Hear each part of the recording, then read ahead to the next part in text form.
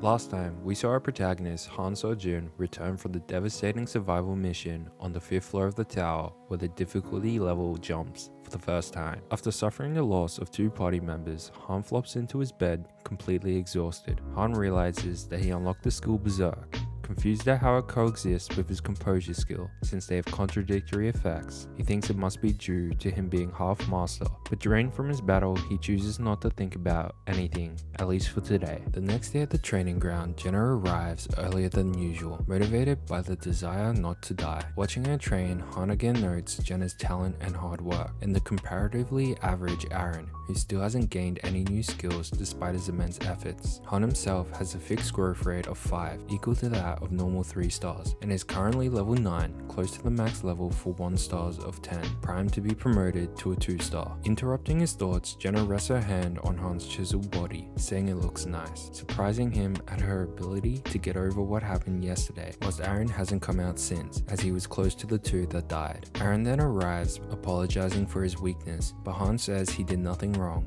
and they died because they were weak. That's all. Appearing with her nose to the sky, Estelle heaps praise on Han for clearing the 5th floor and admonishes the randoms for their uselessness. Then, the master forms a party of Han, Jenna, and 3 others who they've never met before. Entering the daily dungeon, Kendo Forest, lowest rank, Han lightens the mood and explains to Jenna and the others that they don't need to fight, and this place is to gather material. He shows them a portal-like system, the dimension window, to store things they get, before telling Jenna that they will be hunting, walking off with her, trailing behind. Spotting a deer, Jenna's eyes flash in joy, and she hunts it with 1 shot. As the daughter of a hunter, she quickly gets to butchering her prize, with Han telling her to put all of it in the dimension window, walking off to start his own hunt. With only 30 minutes left before they automatically return, Han comes across his mark, the Queen of the Forest, a rare monster that drops a low rank attribute stone that is used as a promotion material. Getting to work, Han officially hunts the male deer accompanying the queen,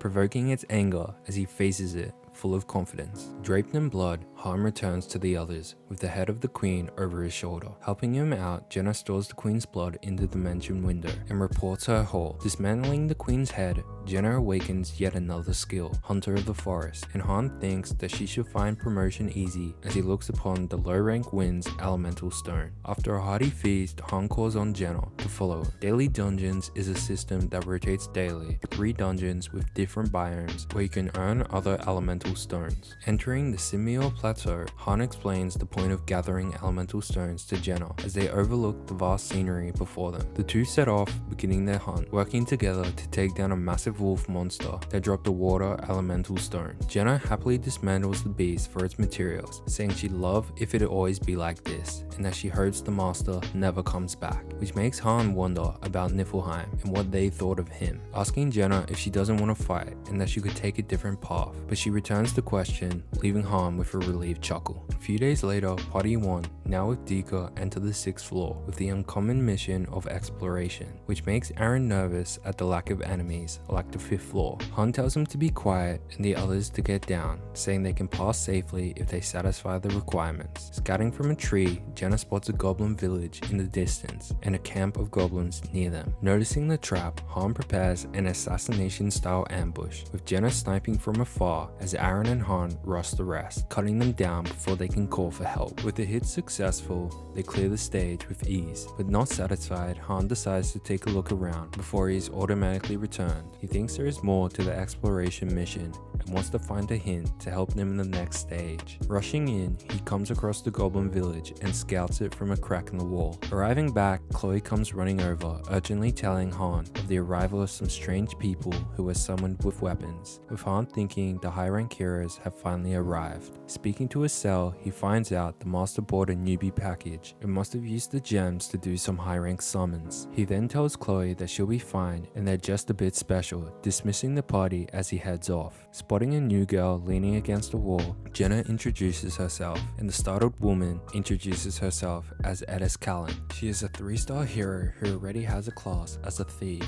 and a few skills, primarily a dagger user. Pulling her aside to talk, Han begins questioning her about what she remembers. She knows she was summoned to fight, but gets headaches trying to remember her past. She only knows she was in the Pulverizing Wolves mercenaries. Not only is she a 3-star, but she seems to be one of the more skilled among the mercenary group. Jenna flatters her merc life, and hearing this, she seems unsettled. But before they can continue, Estelle calls on the new summons for the Master. The Master forms a new party named Pulverizing Wolves, made completely of 3 stars from the merc group, with Avant named the party leader. Han calmly observes the unrest of the others at the new party as Estelle orders them into the gate. In their absence, Han asks Jenna's opinion, and she concludes that Edis looks kind, but she's unsure of the rest. Han then turns to the others and asks if they want him to protect them, before cutting off their response, bringing up their lack of effort in getting stronger and constant leeching off their hard work, telling them to get lost before he gets angry. Seeing Aaron's expression, he tells them not to pity them, before noticing Dika's battered face. Finding out that it's from a duel, he tells them to go get rest, but Jenna stays behind, feigning ignorance with a whistle. Exiting the gate after clearing a stage, the new party demeans the enemies they faced inside. Noticing Han, the leader, Avant stares him down, asking who he is, and Han cheekily replies it's none of his business, triggering his party members at Han's arrogance.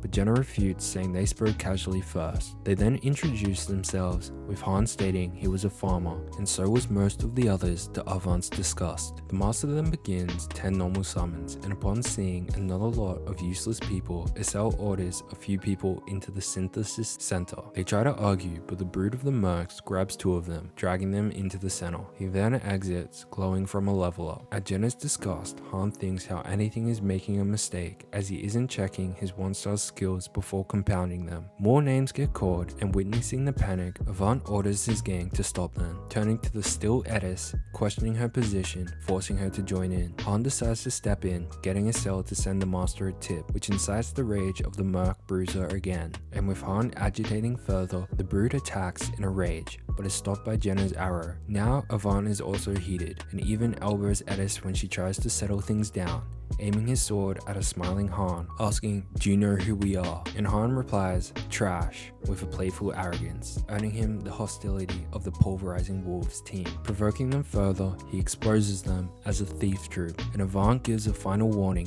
threatening to cut him in half. Informing Estelle that nasty heroes only get in the way, he opens a duel, challenging Avant, stating the winner will consume the other. Confident in his victory, Avant accepts. Han tells Jenna to take the others to the accommodations, and at her worry, jokingly asks, "Do you think I'll lose?" with a stretch, reassuring her. With anything improving the duel, Han states the duel will end when one of them surrender. He tells Estelle to make sure no one else gets involved, but in the midst of their exchange, Avant charges him, calling him a fool. Viewing his stats window, Han appreciates Avant's potential, but in his berserk state, the difference in level is simply too big, and Han unleashes his raging aura. Appearing behind him, Han quickly disarms him, slamming his head into the ground. He then unsheathes his sword, driving it into Avant's back as he screams. Leaning to his ear, he tells him to surrender, but cuts him off, kneeing his blade still in Avant's back. One of the wolves tells Han to stop, but he brings up their eagerness to consume the others, saying as long as no one says anything, he'll continue, telling them to mind their business. Breaking them down further,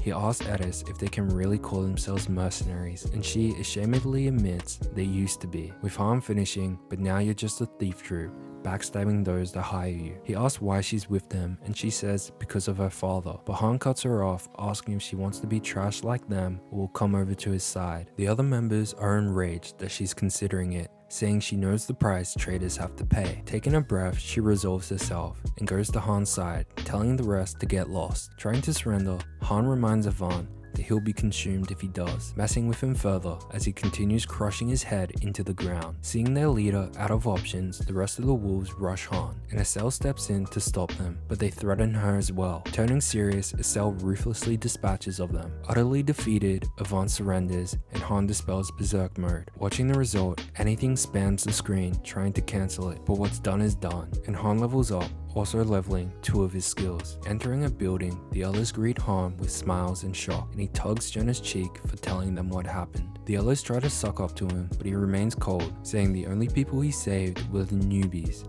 not those who have been lazing around. He then says the Master seems pretty furious with a smirk, and several names get called. Realizing it's for synthesis, they panic and ask why, but Han bluntly confronts them, asking Aaron and Dika if they were really trying whilst they were training in bodies of sweat, or if they ever helped Jenna with hunting. Begging for survival, they plead to the master, but Estelle gets fed up and sends them in the center. Inside the center, all 6 are used to boost the only new high summon left, Edis, and she levels up and gains the skill Trap Disarm. Turning to those remaining, he tells them not to piggyback on their work, and that if they want to survive, to prove their worth. Han tells those with non-combat jobs to teach anyone who wants to learn, saying they'll learn somehow if they're motivated enough, and to come to him for fighting and Jenna for hunting. Almost at the 10th floor, Han notes that it's time a real second party on par with the main party is formed. The next day, Han finds Chloe and a woman in the dining hall with some bread. Chloe tells him that the woman was a baker, and Han praises them since having a variety of foods reduces stress in the base. Exiting, he runs into Edis and takes her with him to the training center. Once there, she gets her and Jenna to spar together, even though Jenna mains a bow. Both sparring with daggers, Edis is shocked at the strength for someone so young, with Jenna replying that she's old enough as the spar intensifies. On the floor, Edis asks if they both had some form of fighting history, but Jenna informs her that they only became stronger after training here. And Han adds that though she is weaker now, she has skills and growth stats that are far better than them as 1-stars, so she'll catch up if she trains and doesn't slack off. At the training field, there's an influx in people, but Han thinks it's still too few since there are only 2 non-combat spots per facility.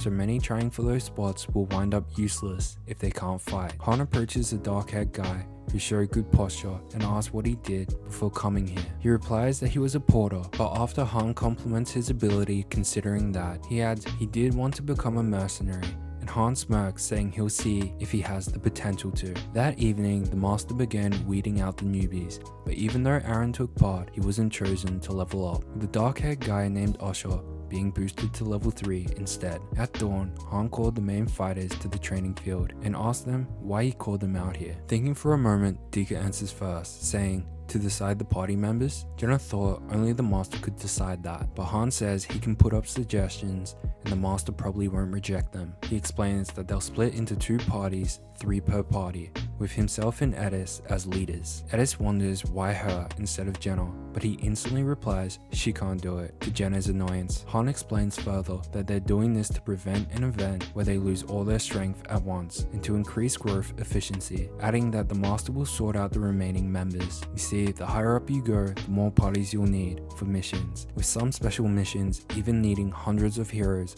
so it's important to have similar leveled heroes. Pulling lots, Jenna and Aaron get Han, to Jenna's joy, and Dika and Usher get Edis, their reactions leaving her underwhelmed. Noticing the difference in strength in parties, he tells Edis that they'll be left behind if they can't catch up. She accepts the challenge, saying they won't lose. On floor 7, Han's party face a squad of level 8 goblins. Han tells Jenna and Aaron to stand back and observe, activating his berserk form and massacring all but 1 goblin so he can explore the stage. Scouting around, he takes note of the rain, river, and a broken dam before clearing the stage. Back in the base, Han notices anything to make their 3rd purchase and tells Aaron to bring Edis and Jenna to grab the lots, stating that they'll be newcomers as the master starts 2 high rank summons. If you enjoyed the vid, like, sub, and comment below. Peace.